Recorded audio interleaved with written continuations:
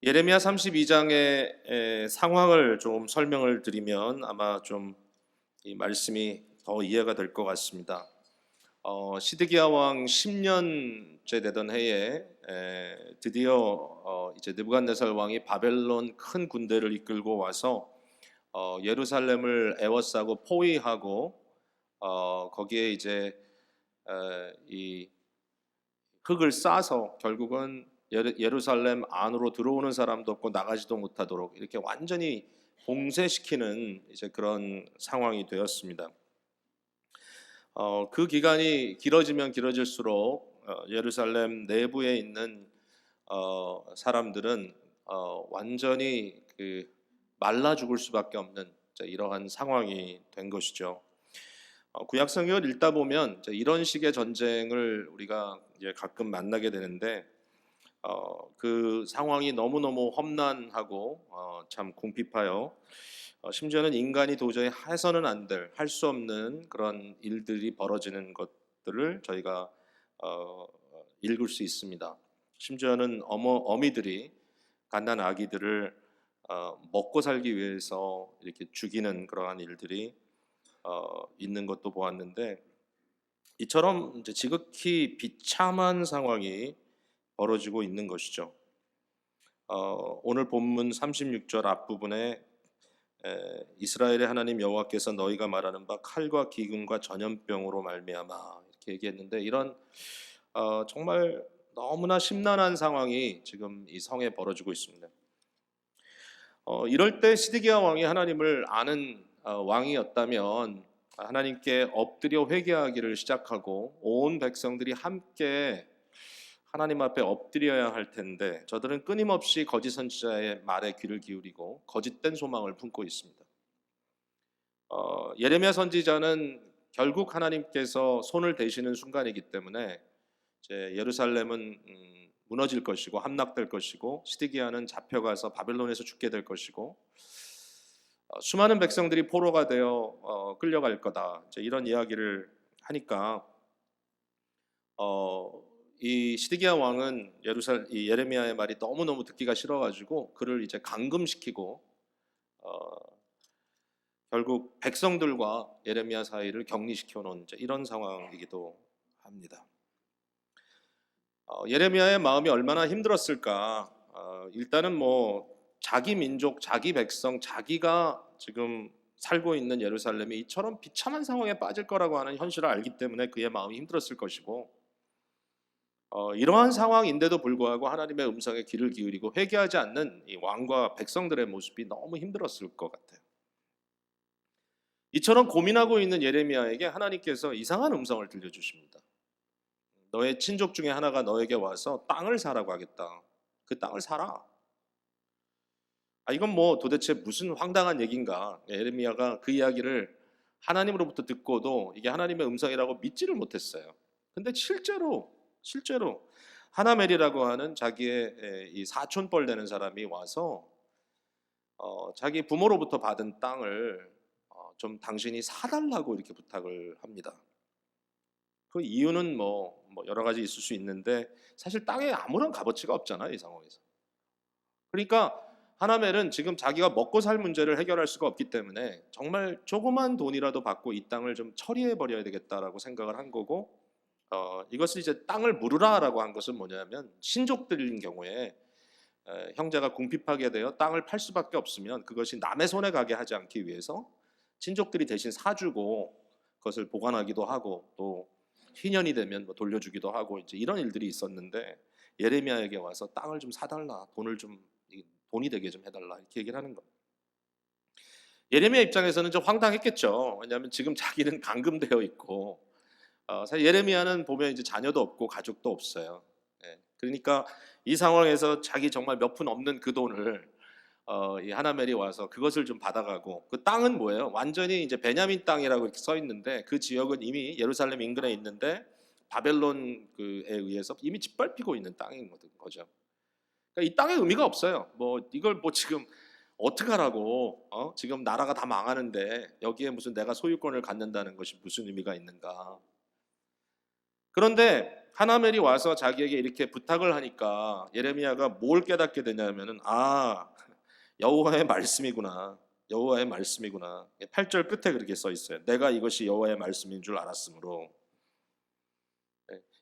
하나님께서 먼저 말씀해 주셨고 그가 들었던 말이 너무 황당한 말임에도 불구하고 실제로 리얼라이즈 된 거잖아요. 그러니까 이제 그걸 보면서 하나님의 뜻이구나, 하나님의 말씀이구나, 그리고 땅을 삽니다. 이 밭이 얼마나 컸는지는 모르겠는데 그 밭을 은 17세겔을 달아줬다 그랬습니다. 9절에 은 17세겔을 달아줬다. 이 17세겔, 은 17세겔은요 정확하게 어느 정도의 값어치가 되는지 오늘로 측정하기는 쉽지 않아요. 왜냐하면 상황이 여러 가지 팩터가 있잖아요 거기에. 근데 일반적으로 오늘의 시가로 그냥 계산을 하면 큰 돈이 아니에요. 정말 뭐 한 150불밖에 안 돼. 그러니까 말이 안 되죠. 어떤 분은 그 당시의 상황으로 봤을 때 이 시가가 한 뭐 12,000불 정도 된다. 오늘 시가로 계산을 하자면 뭐 이렇게 얘기도 하고 그러는데 좀 뭐 이 17세겔이라고 하는 것이 무슨 큰 의미가 있느냐 여기에 대해서 좀 제가 생각하고 고민하는데 어떤 분이 이런 주석을 달았어요. 이제 실제로 히브리어 그 성경을 제가 이제 같이 보니까 17은 17세겔이라고 써 있지가 않고 7세겔과 은 10개 이렇게 써 있어요. 그러니까 7 of shekels and 10 of silver 이렇게 써 있어요. 진짜로 그 내용이. 그래서 되게 신기하다. 왜 이렇게 썼을까? 그러니까 이걸 이제 합쳐 놓으니까 7 플러스 뭐 10 해가지고 10 해가지고 17이 된 거예요. 근데 어떤 주석가는 이제 이걸 보고 뭐라고 이제 해석하냐면 이건 상징적인 넘버고 사실은 요거를 17로 읽을 것이 아니라 7 플러스 10 그래서 70년으로 읽으면 이게 결국은 70년 후에 이 땅이 회복될 거라고 하는 예레미야의 이 예언의 어떤 상징적인 의미를 가지고 있다. 결국 이 땅이 70년을 기다려야 되는 거죠. 그렇잖아요. 어쨌든 성경 공부하면서 이런 재미도 있다는 걸 그냥 좀 알려드리고 싶었어요. 뭐 특별히 뭐 이게 무슨 의미냐. 어쨌든 돈을 좀 주고 이 땅을 샀는데 예레미야는 이제 이해가 안 되는 거죠 여전히. 그래가지고 이제 32절에 여러분 묵상했겠지만 예레미야의 기도가 이제 등장을 합니다. 하나님 왜 이 상황 속에 이런 일들이 벌어지는지 좀 알겠습니다. 이 백성들이 하나님의 언약을 배반하고 하나님이 도저히 가만둘 수 없는 상황까지 됐기 때문에 하나님의 진노의 손이 임하고 결국 징계를 하시는 이 상황인 것을 제가 이해하겠습니다. 그런데 도대체 왜 아무 의미 없이 이 상황 속에서 저한테 땅을 사라고 하는 겁니까? 이 땅을 제가 뭐 합니까? 그러면서 그 이해할 수 없음을 하나님께 이제 고하거든요. 그러니까 이제 여기에 대해서 하나님께서 답을 주신 거예요. 그게 이제 26절 이후로부터 쭉 써 있는데 저희는 36절 이후만 읽었습니다. 근데 하나님의 답은 뭐냐면은 정말 놀라운 답인 거예요. 내가 그렇게 하라고 한 이유는 그리고 땅을 사고 땅 문서를 아주 견고한 곳에 보관하라고 했던 이유는 내가 이 백성들을 돌이키겠다.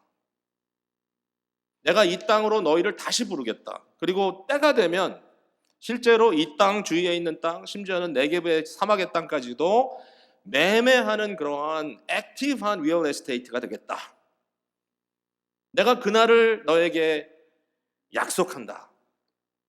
하나님의 회복의 메시지를 주시기 위해서 굉장히 상징적인 행위를 예레미야에게 하도록 했다고 하는 말을 이제 주시는 거예요. 예레미야가 이 말을 듣고 어떤 감동이 있었을까? 그 이후에도 하나님께서 예레미야에게 주신 비전을 보면 이 완전히 망가져 버린 이 상황 속에서 하나님의 백성의 건강을 회복하시고 그들의 이 모든 가난을 다시 풍요로움으로 바꿔주시고 예루살렘 도시 안에 보니까 길거리에 사람도 보이지 않고 사람이 뭐 있을 게 뭐 있겠어요. 다 숨어 있든지 아니면 다 비실거리고 있고 짐승 한 마리가 없어요. 아마도 뭐 쥐새끼 한 마리라도 다 잡아먹었을 거예요.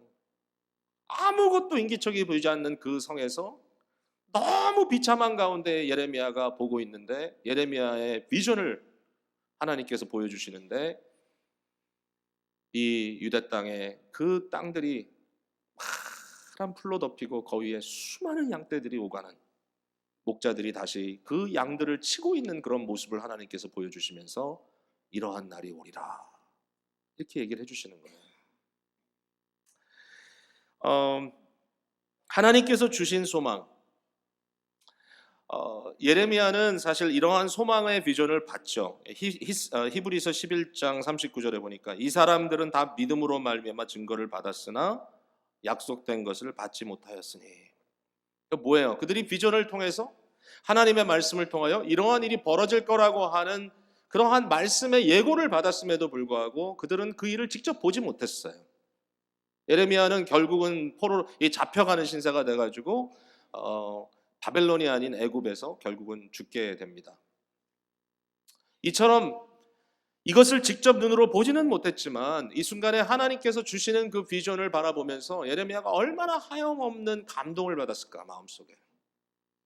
예레미야는 눈물의 선지자라 그럽니다. 예레미야는 감성이 풍부한 사람입니다. 예레미야의 글을 읽으면, 예레미야 애가를 읽으면 그가 얼마나 깊이 모든 상황을 느끼고 있었는지를 볼 수 있어요. 그 가운데 하나님께서 회복의 약속을 주시면서 새로운 날이 너에게 도래할 것이다. 이것을 보여주는 그것을 보면서 아마 예레미야는 그 마음속에 하염없는 영광과 감동으로 채워졌을 것이다. 근데 이제 중요한 포인트는 이게 우리와 무슨 상관이 있느냐는 거죠. 이게 우리와 무슨 상관이 있느냐. 여기에 대해서 제가 여러분께 드리고 싶은 소망의 말씀은, 아니 소망 정도가 아니죠. 기쁨, 감사의 말씀은 예레미야가 꿈꾸던 시대가 지금 왔다라는 것입니다. 예레미야가 꿈꾸던 시대가 지금 이곳에 있다. 자, 이러한 시대를 뭐라고 부르냐면요, 오늘 이제 예레미야가 꿈꾸던 시대를 완전한 언약의 시대라고 얘기합니다. 언약이 완벽하게 이루어진 시대, 완벽한 언약의 시대. 이것을 오늘 본문 속에 찾아보면 영원한 언약이라고 얘기합니다. 40절에 내가 그들에게 복을 주기 위하여 그들을 떠나지 아니하리라 하는 영원한 언약을 그들에게 세우고. 제일 중요한 포인트는 뭐 양들이 얼마가 되고 뭐 돈이 얼마가 되고 이게 중요한 게 아니에요. 제일 중요한 포인트는 하나님과 우리와의 관계에 대한 문제입니다. 언약이라는 것은 관계 설정입니다. 여러분 아시지만 하나님께서 그의 백성들에게 맺어주시는 언약, 생명을 담보로 하여 생명을 담보로 하여 맺어주는 이 관계, 언약인데 바로 그 언약의 가장 자주 등장하는 포뮬라가 여기 38절에 나오죠. 그들은 내 백성이 되겠고 나는 그들의 하나님이 될 것이며. 이 시대를 완벽한 언약, 또 다른 말로 새 언약이라고 얘기합니다. 새 언약을 너희에게 주겠다. 새로운 언약의 시대가 너희에게 도달하겠다. 제가 이것을 완전한 언약이라고 얘기한 건 뭐냐면은 여기에 영원한 언약이라는 표현이 있기 때문에 그래요. 파괴될 수 없는, 다시는 깨질 수 없는, 다시는 해체될 수 없는, 이제는 완벽한 이 언약의 관계 속에 하나님과 그의 백성들이 영원토록 함께 영광 중에 거할 이 언약이다라는 것이죠. 이것은 새 언약입니다. 옛 언약과 구분됩니다. 옛 언약은 바로 모세를 통하여 이스라엘 백성들을 국가적으로 불러서 세우신 언약입니다. 옛 언약과 새 언약은 이처럼 다릅니다. 옛 언약은 지금 어떻게 됐죠? 해체되고 있습니다. 722년에 북왕국 이스라엘은 아수르에 의해서 패망당하고 남왕국 유다와 예루살렘은 587년경에 바벨론에 의해서 패망당하고 그 옛 언약 공동체가 하나님의 약속에 의해서 70년 만에 돌아왔지만 그러나 그것은 하나의 그저 작은 사건에 불과한 것으로 드러날 수밖에 없었습니다. 그들이 느헤미야와 스룹바벨과 에스라 같은 사람들을 통하여 율법을 회복하고 성벽을 다시 쌓고 또 작은 성전을 그 안에 다시 짓고 했지만 그러나 이 구언약 공동체는 결국은 로마 시대에 완전히 무너지게 되죠. 구언약을 다시 한번 그대로 고쳐가지고 쓰는 언약이 아니라 여기에 새로운 언약이라고 하는 완전히 새로운 시대, 이것을 하나님께서 예레미야를 통하여 약속해 주시는 거죠. 결국 오늘 본문에 나타난 이 약속은 단순히 70년 후의 회복 정도가 아니라 이 약속은 예수 그리스도 안에 온전한 중보자로 말미암아서 더 이상 파괴될 수 없는 완벽한 언약이 세워지는 것, 그리고 그 이후에 그리스도 안에서 우리에게 나타날 영원한 나라를 의미하고 있는 것이죠. 우리는 예수 그리스도가 오신 이후에 아직 현세가 끝나지 않은 상태에서 살고 있죠. 여전히 우리 속에는 뭔가 부족함이 있는 건 맞아요. 하나님과의 관계에서 아마 오늘 여러분이 사랑방 가서 나누면은 오늘 말씀을 통해서 뭔가 굉장히 감사할 이유들을 찾을 수 있겠지만 동시에 나는 아직도 그것을 100% 누리지 못한다는 아쉬움이 있다라고 다 말씀하실 거예요. 하나님의 관계를 얘기할 때 어느 누구도 나는 막 흘러 넘치는 풍성함이 있다라고 그렇게 얘기하지 못할지 몰라요. 그러나 이미 우리는 종말의 현장 속으로 들어와 있고 already 이미 시작된 예수 그리스도 안에서 이 새 언약의 공동체 속으로 들어와 있고 결국 이것이 마지막 그리스도께서 다시 오시는 날 완성될 것이다. 이걸 믿고 있는 거예요. 여러분 옛 언약도요 우습게 할 게 아니에요. 옛 언약의 모든 내용들은 새 언약에 대한 그림자예요. 우리가 지난번에 제가 말씀드렸지만 앞에 드려지는 그림자예요. 뒤에 드려지는 그림자가 아니고 그래서 이걸 foreshadow라고 불러요. 자, 그림자가 지어진다는 것은 뭔가 이렇게 그 빛을 받고 그 빛을 이렇게 이제 막고 있는 뭐가 있어야 되잖아요. 그래서 제가 이걸 좀 머릿속으로 어떻게 좀 그림을 그리면 좋을까 하다가 사실 대부분의 이제 사람들은 저를 포함해서 시간의 흐름을 창조에서부터 종말까지 이렇게 흘러간다고 생각하잖아요. 그래서 옛 언약이 먼저 있고 그 다음에 새 언약이 이제 나오니까 마치 여기에 이것이 종속된 것처럼 이렇게 생각할 수 있는데 그렇지 않아요. 이것은 하나의 그림자고 이것은 실제예요. 실제와 그림자. 근데 어떻게 그림자가 먼저 있고 실제가 나중에 있냐? 이제 이렇게 얘기할 수 있는데 요거를 그림으로 좀 생각을 해보자면 빛이 어디서부터 오느냐라는 게 굉장히 중요한 것 같아요. 어디서부터 빛이 비치느냐? 창조의 빛이 비치는 게 아니라 사실은 엄밀히 따지면 종말에서부터 새하늘과 새 땅의 완성의 빛이 비친다. 그렇게 한번 생각해 보세요. 종말로부터 빛이 비춰지고 그 빛이 예수 그리스도를 부딪히고 그리스도의 그림자가 구약에 드려졌다. 여러분 이해되셨어요? 지금 한 말? 네, 이걸 이해하면 어메이징한 거예요. 그럼 이제 구약이 다 열려요. 그러니까 종말의 빛으로 그리스도를 만나고 그리스도의 그림자가 구약에 드려져 있다. 구약 성경도 대단해요. 왜냐하면 그리스도에 대한 예고가 쫙 나와요. 그리스도가 오시면 어떤 분이다. 그게 실제니까. 구언약의 이 옛 언약의 영광스러움도 놀랍죠. 하나님께서 애굽에서 그 어두움의 나라에서 하나님께서 그것을 10가지 재앙으로 심판하시고 애굽의 10가지 거짓 신들을 하나님께서 낱낱이 익스포즈 시키고 저들을 심판한 후에 이스라엘 백성들을 하나님께서 강권적으로 출애굽시키시고 그를 홍해를 가르고 마른 땅처럼 건너게 하셨어요. 이것을 이니시에이션, 하나님의 백성이 되는 세례 사건. 저들이 할례도 받았어요. 이것도 역시 세례 사건과 맞물리는 거예요. 오늘날 우리가 말하는 많은 우리 이 새 언약 시대에 경험하는 것들이 구 언약 시대의 그림자로 이미 다 모형으로 주어져 있어요. 저들이 광야로 갔어요. 시내산 앞에 갔어요. 시내산에서 저들은 예배하는 공동체가 됐어요. 하나님의 임재가 시내산 위로 임하셨어요. 하나님이 마치 시내산 꼭대기에 보좌를 피신 것 같이 그 어마어마한 영광을 보여주시면서 거기에서 천둥 번개 같은 이러한 현상이 나타나는데 하나님의 음성이 들리는 거예요. 백성들이 너무 두려웠어요. 하나님 우리에게 직접 말씀하지 마십시오. 그리고 중보자인 모세를 거기에 올려보냈어요. 모세는 예수 그리스도의 역시 그림자예요. 템포러리예요. 모세는. 근데 그도 굉장히 중요한 일을 한 거예요. 하나님 보좌 앞에 갔어요. 하나님께서 그에게 두 가지를 줬어요. 중요하게. 하나는 하나님의 율법을 줬어요.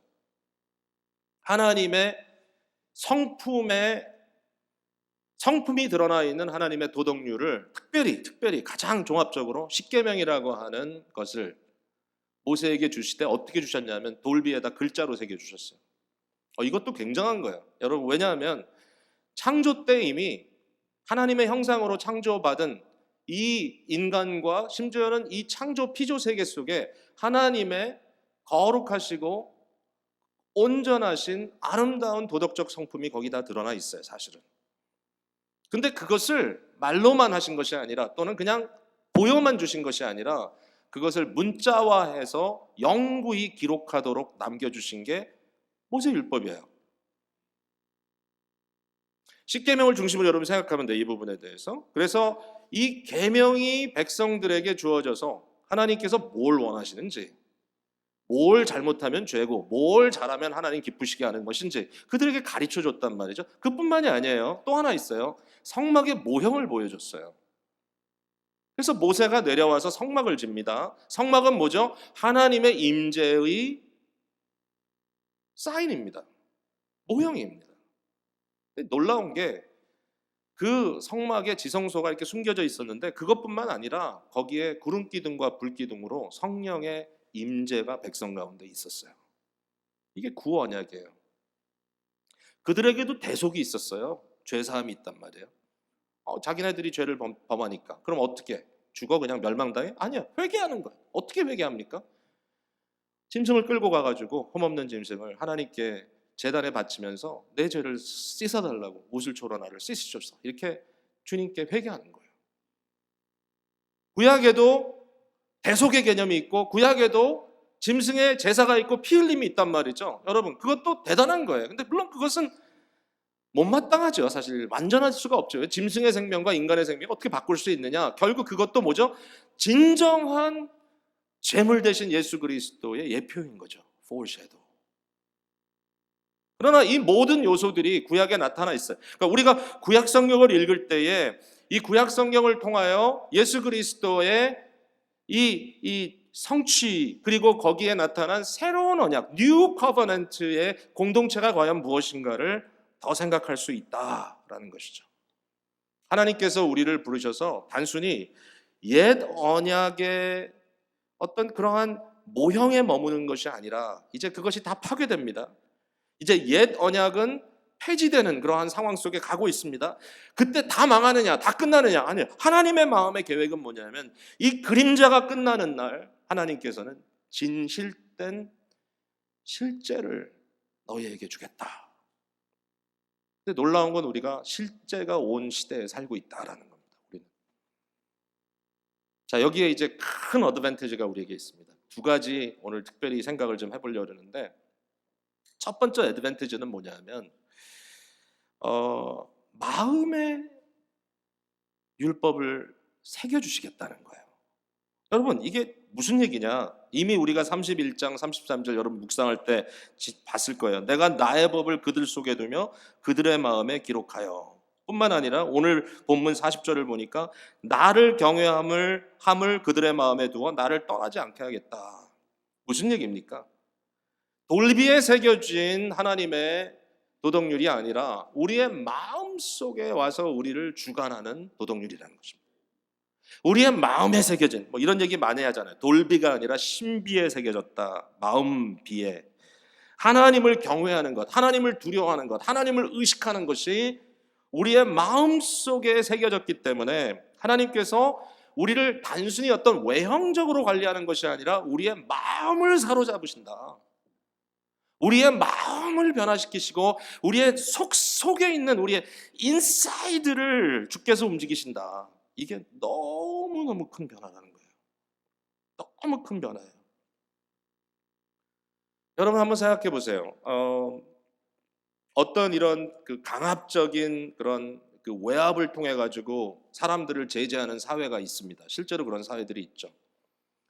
이 전체주의 사회, 어떤 독재자가 자기의 정권을 유지하기 위해서 사람들을 끊임없이 외형적으로 이렇게 압박을 하고 그러면서 하는 말이 질서를 유지하기 위해서 한다 이렇게 얘기합니다. 폴리스 스테이트라고 얘기하죠. 북한 같은 나라가 그렇습니다. 심지어는 싱가포르 같은 굉장히 근대화된 나라도 그 법을 시행하는 자체에 있어서는 그냥 얼마나 매섭게 외형적으로 폴리싱하는지 몰라요. 그래서 밖에서 사람들을 계속 감시하고 계속 이렇게 사람들을 이렇게 다스리고 있단 말이죠. 외형적으로. 근데 여러분 이러한 국가하고요. 반면에 아주 자유로운 민주주의 국가에서 사람들의 시민 의식이 고취돼 가지고 그들 각자 이렇게 해라 저렇게 해라 강압도 없고 그냥 이곳저곳에 경찰들이 서가지고 지키고 있는 것도 아닌데 사람 한 사람이 자발적으로 자의적으로 내가 어떻게 살아야 될 것을 알고 그 안에 시민의식을 발휘해가지고 서로 공동체를 이루고 거기에 질서가 있다. 얼마나 멋있는 일입니까? 근데 그런 사회를 우리가 원하는 거 아니에요? 그런 사회를 미국이 꿈꾸는 거 아니에요? 그런 사회를 만들려고 오늘까지 왔고 또 한때는 좀 괜찮다가 요새는 좀 이상하게 가는 거 아니에요? 요새는 좀 이상한 게 뭐 예배 드리는 현장에 와서도 막 뒤에서 총을 쏘고 이러니까 그럼 어떻게 해? 강압적으로 레귤레이트 하지 않으면 안 되는 그런 시대. 지난주에도 저한테 메일이 몇 개 날라왔어요. 정부기관인지 무슨 뭐 공공기관인지 이 religious institution의 safety 때문에 뭐 미팅을 한다, 뭐 와서 뭐 들으라, 뭐 이런 얘기 나오는데 이제 가면 이제 무슨 얘기 나오는지 뭐 뻔히 알죠. 예, 집사님 두 분이 뒤에서 총 차고 감시하게 해라. 이게 실제로 일어나는 일들이에요 요새. 예, 뭐 대통령님께서 그렇게 말씀을 하시니 뭐 어떻게 할 말이 없죠.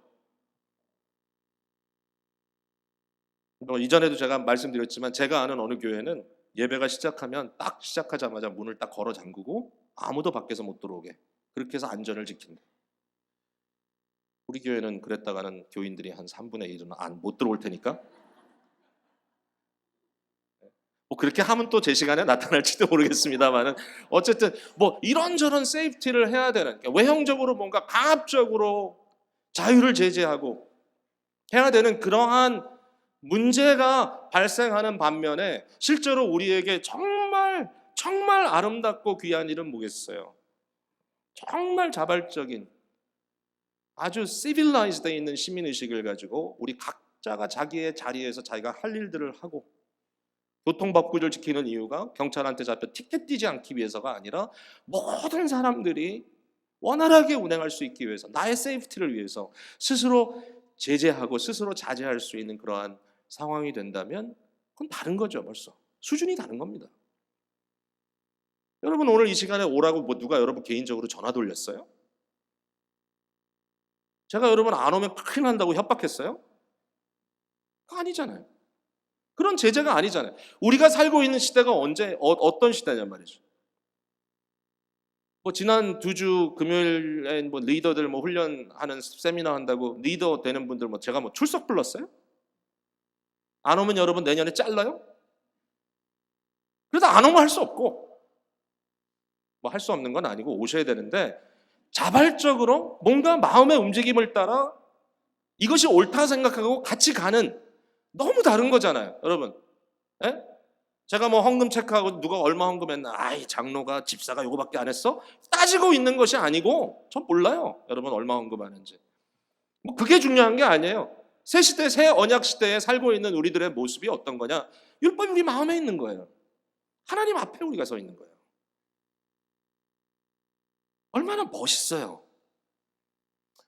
이 말씀을 생각하다가 멀리 보내는 아들들 생각이 났어요. 우리 큰아들은 결혼했기 때문에 뭐 아내가 감시하니까 별 걱정이 없고 둘째, 셋째 아들은 대학교 뭐 아직 있는데 빨리 졸업해야 되는데 둘째는 이제 올 겨울 끝나면 졸업한다고 하니까 근데 얘네들을 누가 감시하냐 이거죠. 누가 감시하냐. 캐나다 애가 있잖아요. 아이들 얘기하는 거 애들이 너무 싫어하는데 그냥 제가 할 수 없이 오늘 얘기를 하네요. 몇 주 전에 캐나다에서 법이 완전히 이제 통과돼 가지고 그 법이 이제 그 실행되기 시작했어요. 그 법이 뭔지 알아요? 마리화나를 마음대로 사용할 수 있어요, 이제. 그러니까 의학적인 것만이 아니라 recreational use도 돼요.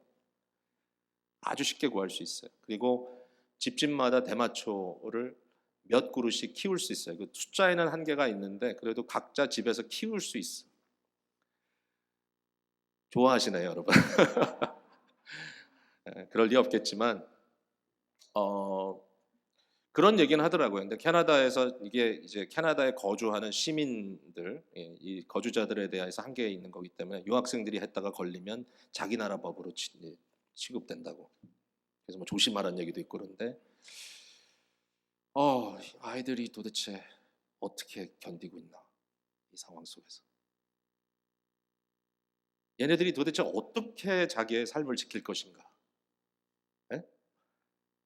도메토리 안에서 행해지는 수많은 성적 타락과 말도 안 되는 그러한 괴팍한 자유분방한 삶의 모습들이 단순히 자유가 아니라 방종이잖아요. 그런 게 눈앞에서 지금 막 행해지고 있을 때 도대체 누가 얘네들을 붙들어 주나? 근데 누가 외압을 하기 때문도 아니고 제가 매일 하루에서 한 5번씩 페이스타임 해가지고 보여줘 보여줘 보여줘 옆에 뭐 있는지 보여줘 이런 게 아니라 그들의 마음속에 하나님을 예배하는 마음이 있고 그들의 마음속에 주를 경외하고 그들의 마음속에 하나님의 말씀이 울려나고 그들의 마음속에 주를 사랑하는 마음이 있다면 이건 완전 딴 거죠. 근데 그게 새 언약 시대라는 거예요. 우리가 살고 있는 시대, 지금 이 순간. 자꾸 옛날로 돌아가려고 해서는 안 돼요. 외형적인 강압을 통해서 어떠한 컨포미티를 만드는 것이 아니라 한 사람 한 사람이 하나님 앞에서 심령의 변화를 받고 그 심령 속에 들여진 하나님의 영광스러운 그 성품이 우리 속에 있는 겁니다. 하나님을 마음으로부터 두려워하고 마음으로부터 사랑하고 마음으로부터 즐거워하는 것. 여러분 어때요? 갈라디아서 3장 24절 25절에 보면 율법을 뭐라고 불렀냐면 옛 언약 율법을 초등교사라고 불렀습니다. 초등교사. 예전 번역에는 몽학선생이라고 했습니다. 뭐죠? 어린아이들이 자기 스스로 판단할 수 없을 때 그 아이를 가디안으로 지켜주는 사람입니다. 가르쳐주고. 율법은 그와 같다. 옛 언약은 이처럼 아주 아무것도 모르기 때문에 100% 겉에서 지배하면서 끌고 가야 되는 언약이라면, 돌비에 세워진 언약이라면, 새 언약은 뭐냐? 그리스도의 오심과 함께 우리 속에는 이제 내면화된 하나님의 말씀이 주어졌다. 여러분, 이와 같은 내면화된 하나님의 말씀을 뭐라고 불러야 될까요? 율법이 아닌 뭡니까 이게? 저는 이것을 믿음이라고 부르고 싶습니다. 믿음. 마음으로 하나님을 경외하는 것. 왜 우리는 믿음으로 구원 얻는다고 얘기하고 왜 우리는 믿음으로 산다고 얘기할까요? 하나님의 말씀이 마음속에 새로운 감각으로 태어나서 그것이 우리를 주관해 나가는 믿음에 의한 삶. 이게 믿음으로 사는 삶이에요. 하나님을 경외하고 존경하고 사랑하는 마음으로 우리 마음이 채워지고 하나님을 위하여 누가 시키지 않는데 어떻게 하면 하나님이 기뻐하실까? 하나님이 뭘 하면 기뻐하실까? 마음으로 경외하는 거. 듀티가 아니죠. 단순히. 부모를 사랑하고 효도하고 존경하는 것도 그냥 단순히 부모니까 할 수 없이. 그게 아니라 마음에서 너무 애절한 사랑으로 끓고 있는 마음으로 섬겨드리는 것. 이게 새로운 언약의 모습인가요?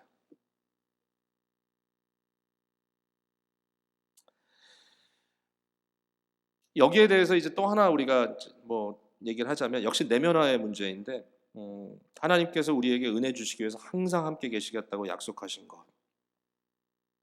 40절에 내가 그들에게 복을 주기 위하여 그들을 떠나지 아니하리라. 그들도 이 마음에 주신 하나님의 법 때문에 저들이 나를 떠나지 않을 것이다. 예수님께서 우리에게 약속하신 말씀이잖아요. 볼지어다 내가 세상 끝날까지 너희와 항상 함께 있으리라.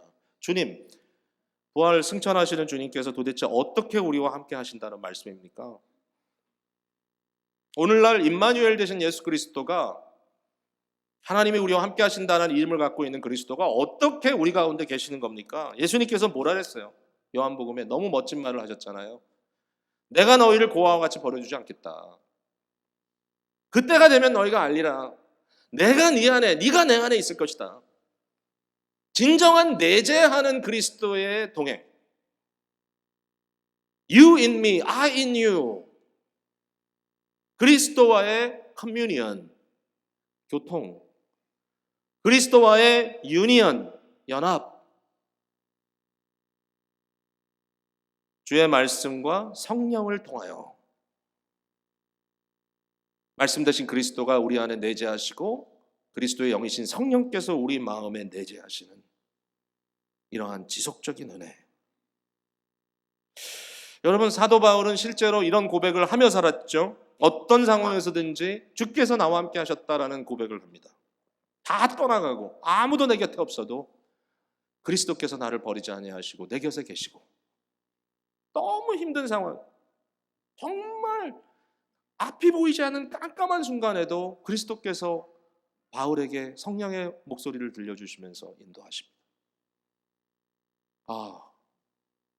성령의 이끄심이 그의 내면 속에 있었습니다. 옛 언약 속에는 성막이 만들어지고 그 위에 불기둥과 구름기둥이 임했지만 밖에 있는 구름기둥과 불기둥이 아니라 이제는 우리 속에 들어와 있는 성령의 구름기둥과 불기둥이 있습니다. 여러분, 이걸 인식해야 합니다. 아니, 나는 이걸 잘 못 느끼겠는데, 그러나 느끼는 것이 옳다라고 하는 마음을 가져야 합니다. 그 기대가 있어야 합니다. 그 생각이 우리에게 주어져야 됩니다. 그게 개혁입니다. 자, 보세요, 여러분. 새언약 시대와 구언약 시대의 차이를 보면 구언약 시대보다 새언약 시대, 지금 이 시대는 훨씬 더 내면화되고 훨씬 더 심화됐어요.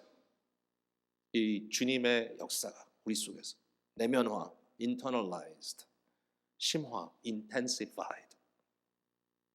우리 속에 하나님의 역사가 훨씬 더 내면적이고 훨씬 더 심화되어 있어요. 외적 감시와 감동을 의존하는 신앙이 아니라 하나님 앞에서 스스로 자신의 모습을 점검하고 말씀의 비침을 받고 살아가는 모습이 우리의 삶 속에 이루어져요.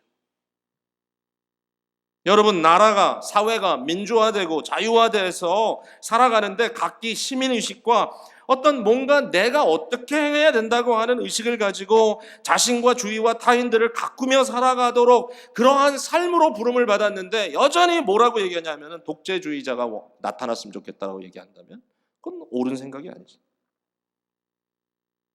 하나님의 나라는 지금 이 순간에 우리에게 성숙한 것을 요구하는데 어떻게 해서든지 밖은 뭐 어떻게 하든지 속임수를 써서 사람들의 눈을 가리우고 내 속으로는 욕심만 채우면 된다고 살아가는 크리스찬이 있다면 이것은 시대를 역행하는 거죠. 이게 종교개혁입니다. 종교개혁, 교회개혁이라고 말해야 맞겠죠. 종교개혁이라는 말보다 교회개혁. 교회개혁 시대, 16세기에 교회개혁의 기치를 올렸던 루터나 칼빈이나 주앵글이나 뷰처 같은 사람들이 결국 외쳤던 게 뭡니까? 교회가, 교권이 심화되고 교권이 사람들을 꽉 누르고 뭐라고 얘기하죠? 나만 따라와라. 너희들은 그냥 바보같이 가만히 있으면 돼. 말씀을 왜 니네가 봐?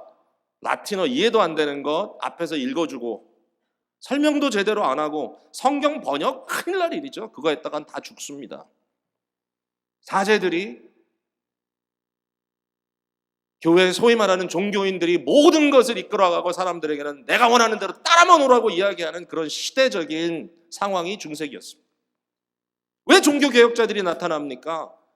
왜냐하면 새언약 시대의 복음은 그게 아니라는 거죠. 여러분, 그들이 뭐라 그랬습니까? 의존적 믿음, 또 제가 또 반복해서 하는 얘기네요. implicit faith는 이건 사탄의 장난이다. 교회가 왜 성도들에게 무조건 의존적인 신앙을 가지고 시키는 대로 하는 게 너희들이 최선을 다하는 거라고 얘기하느냐. 그렇다고 우리가 방종하는 건 아니죠. 뭐죠? 우리의 마음속에서 자발적인 마음으로 explicit하게, 의도적으로, 아주 노골적으로, 구체적으로 우리 손에 주어진 말씀을 내가 받고 내 마음에 두고 내가 묵상하고 내가 헌신하고 함께 나아가는 그러한 교회, 그러한 삶을 만들라는 것이 새 언약 공동체의 모습이 아니냐. 이게 개혁주의예요. 이게 개혁주의. 우리 한국 교회도 이상하게 자꾸 이렇게 사람 중심이 되고 막 이러다 보니까 implicit faith. 옛날에 우리 어렸을 때 그런 얘기 많이 들었어요. 그냥 시키는 대로 하면 되지 뭐, 교인들이. 충성하라. 뭐에 충성하라는 거예요 도대체? 여러분, 주님 앞에 필요에 따라서 홀로 설 수 있습니까? 사람들이 인정 안 해주는 자리에서 여러분들이 하나님을 사랑한다고 눈물 흘리며 헌신할 수 있습니까? 그게 새 언약 시대입니다. 아무도 보지 않는 작은 일에 충성할 수 있습니까? 그게 새 언약 시대입니다.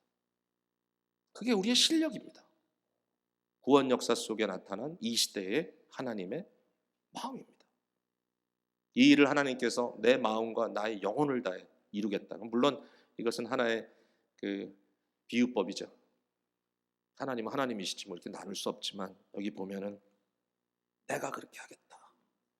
내가 그렇게 하겠다. 41절에 내가 기쁨으로 그들에게 복을 주되 분명히 나의 마음과 정성을 다하여 그들을 이 땅에 심으리라. 주의 나라의 백성으로 부르신 이 하나님의 뜻을 여러분들이 깨닫고, 오늘도 물론 많은 분들이 마음으로 나 거기까지 가기 너무 부족한데, 여러분 오늘 이 시간에 하나님의 그 용기 주심을 마음으로 활짝 열고 받으세요. 나도 그런 신앙생활 하겠습니다. 나도 그런 믿음 생활 하겠습니다. 사람들 보기 위해서 하는 게 아니라 내가 마음속에 나의 속에 가득 채우신 하나님의 영광을 위해서 감사와 감격으로 주를 섬기겠습니다. 그리스도께서 다시 오실 날 영화로운 부활을 이룰 때 이 모든 게 완성되겠죠. 그때는 뭐 두말할 나위 없습니다. 하나님과의 우리의 관계가 완전해질 것입니다. 그러나 지금 이미 already 맛보며 살아가는 역사가 일어나야 됩니다. 절대로 방종 아닙니다. 방종을 말하는 게 아닙니다. 순종입니다. 마음으로. 주님의 은혜가 우리 가운데 있게 되기를 바랍니다. 기도하겠습니다.